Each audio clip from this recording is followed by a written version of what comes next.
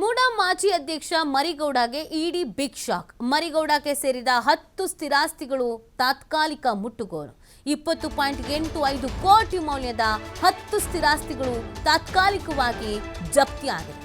ಮರಿಗೌಡ ಕೂಡ ಅಕ್ರಮ ನಿವೇಶನ ಪಡೆದಿರುವುದು ಬೆಳಕಿಗೆ ಬಂದಿದೆ. ಜಪ್ತಿಯಾದ ಆಸ್ತಿಗಳಲ್ಲಿ 6 ಅಕ್ರಮ ಮೂಡಾ ಸೈಟ್ಗಳು ಸೇರಿದೆ. 3 ಸ್ಥಿರಾಸ್ತಿಗಳು ಹಾಗೂ 1 ವಾಣಿಜ್ಯ ಕಟ್ಟಡವೂ ಕೂಡ ಜಪ್ತಿ ಮಾಡಲಾಗಿದೆ. ಇಡಿ ದಾಳಿ ವೇಳೆ ಸೈಟ್ಗಳ ಹಂಚಿಕೆಯಲ್ಲಿ ನಿಯಮಗಳ ಉಲ್ಲಂಘನೆ ಮಾಡಿರುವುದು ಇಲ್ಲಿ ಪತ್ತೆ ಆಗಿದೆ. ಮರಿಗೌಡರಿಗೆ ಸಹಾಯ ಮಾಡಿದ್ದ ಜಿಟಿ ದಿನೇಶ್ ಸಹಾಯದಿಂದ ಅಕ್ರಮವಾಗಿ ಸೈಟ್ ಪಡೆದಿದ್ರು ಮರಿಗೌಡ. ಈ ಹಿಂದೆ ಇಡಿ ವಿಚಾರಣೆಗೆ ಹಾಜರಾಗಿದ್ದ ಮರಿಗೌಡ.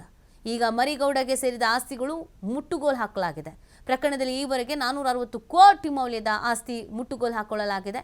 ಈ ಹಿಂದೆ 283 ಮೂಡಾ ಸೈಟ್ಗಳು 3 ವೈಯಕ್ತಿಕ ಆಸ್ತಿಗಳನ್ನು ಜಪ್ತಿ ಮಾಡಲಾಗಿತ್ತು. ಇದೊಂಥರ ಶಾಕಿಂಗ್.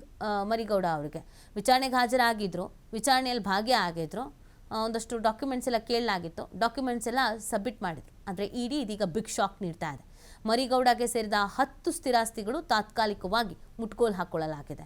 20.85 ಕೋಟಿ ಮೌಲ್ಯದ 10 ಸ್ಥಿರಾಸ್ತಿಗಳು ತಾತ್ಕಾಲಿಕವಾಗಿ ಜಪ್ತಿ ಆಗಿರೋದು.